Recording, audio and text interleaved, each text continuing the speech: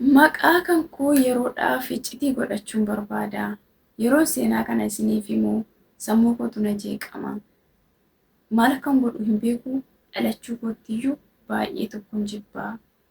Egaa gaafaan seenaa kana isiniif qoodu yaada keessan isinirra barbaadeeti. Assalaamu alaikum warahmatullaahi wabarakaatuhu. Jarra jirtu uummanni amantii biraallee ashamaa harka fuuni nagaan isiniif haa ta'u. Obboleettiin keenya tokko akkas jetti. Jalqaba aniif inni waliin beeknu turre viidiyoo adda addaa hojjete miidiyaa kanarra gadhiisa. Viidiyoo isaallee nan hordofa. Viidiyoo isaa gaafa hordofu nan gammada. Viidiyoo isaa hordofu hin uffun ture. Koomentiin barreessaaf nan jajjabeessa. Ituman akkas jedhu maamila isaa adda duree tahaan dhufe. Haasawaa wal jijjiiruu eegalle innis koomentii naaf deebisuu jalqabe. Sana booda lakkoofsa isaa fudhadheetan dawwalee fi waliin haasa'uu jalqabne. Osuma waliin haasofnu egaa gurbaan dhiira bareedaadha. Waan isaa yaadu malee waan biraa yaaduun iddoo tokko natti ulfaachuu jalqabe. Guutummaatti yaadni kan koo waa'ee isaa ta'e. Gara isaa ta'e. Hiriyaa kan kootti hime. Akkas jedheetan hiriyaa kootti hime. Innaa jaalalatu si qabe fakkaata. Namni ati wajjiniin haasaa jirtu yookaan namni ati qalbii kan keetti rarraaftee jirtu jiraa jettee na gaafatte. Jaalalli salphuma kanatti na qabuu isaatii jedheetan maal akkam ta'aa jiru waan keessa jiru sana isatti hime. Torbee tokko eegga qalbii na rarraasee booda tole naan jedhe. Akka wal fuuchuu qabnullee natti hime. Maatii kan bira deemee nikaa godhe. Osuma waliin haasofnu galuun qabaa.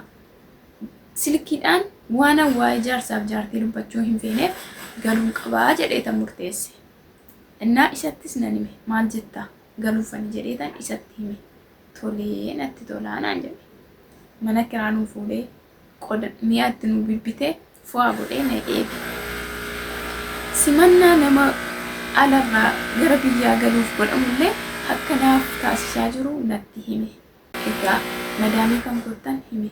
Maatiin kan koo rakkoo keessan akkan galuu qabu madaamii kan hime. Akkan dirqama galuu qabu akkanaaf hin qabne itti hime. Tole torbee tokko boodaan na eeggadhu naan jedhe. Tole jedheetan anis torbee sana nan xumure. Gara biyya kootii seeneetan biyya kootiirra miila kootiin ejjete. Shanxaa koo qabadheetan gara namni itti nama heedu deeme. Fuullee arge kan maammee fakkaatu. Maammeedha moo miti jedheetan yaadu eegale. Inni nan beeku ana jabadheen jira. Harka kan koo walitti kaasee jennaan ilillii qabatee fiigaa dhufe. Anis shanxaa gateetan fiigaan itti dhaqe. Walitti marannee yeroo dheeraa eeggan ture booda jaalalli kun anuma qofa qabeemu isa su qabera jedhee gaafa nuun jedhee ilaalu inni boo'aa jira. Obboleessi isaa waliin jira. Obboleessi isaa shanxaa kan koo qabee gara manaa deemne. Gara manaa deemnee gaafa mana gahanuu ija kan koo hidhanii manatti ol seensisan. Hiriyootni isaa baay'eetu mana keessa jiru. Gaafa ija koo banadhu simannaa addaatu naaf godhamee jira. Iddoo tokkoon gammade. Hiriyoonni isaas baga nagaan gara mana jaarsa keetii dhuftee naan jedhan. Baga dhufnee jedheetan baay'ee tokkoon gammade. Simannaa akka kanaallee argachuu kootti baay'ee tokkoon gammade. Egaa maammee waliin bullee mi'aa jaarsaaf jaartii walumaan agarre. Egaa innis baga si jaalladhee jedhee gammade. Ituma akkasitiin jiraannu ji'a lama teenye. Ji'a lamaan booda siiriin natti hojjetamee of wallaalee. Hiriyaa kan kootii tokkotu jirti. Isiidhaa wajjiniin asumaaf achi fiiganii qoricha fidanii naa kennanii sana booda of hin bare. Of baree gara mana kootii gale. Innaa isiidhaan hiriyaa kan kootiin bakka galee. Kana booda aniyyuu tamba barbaadaa qorichaa jedheen hin galuu jetteen. Maaliif akkasiin galuu hin qabne qubaatti fuudhee bahee gaafate. Dubbii yoo iccitiidhaan naaf qabatte nan galaa nan himaa sitti jetteen. Tolee jedheen.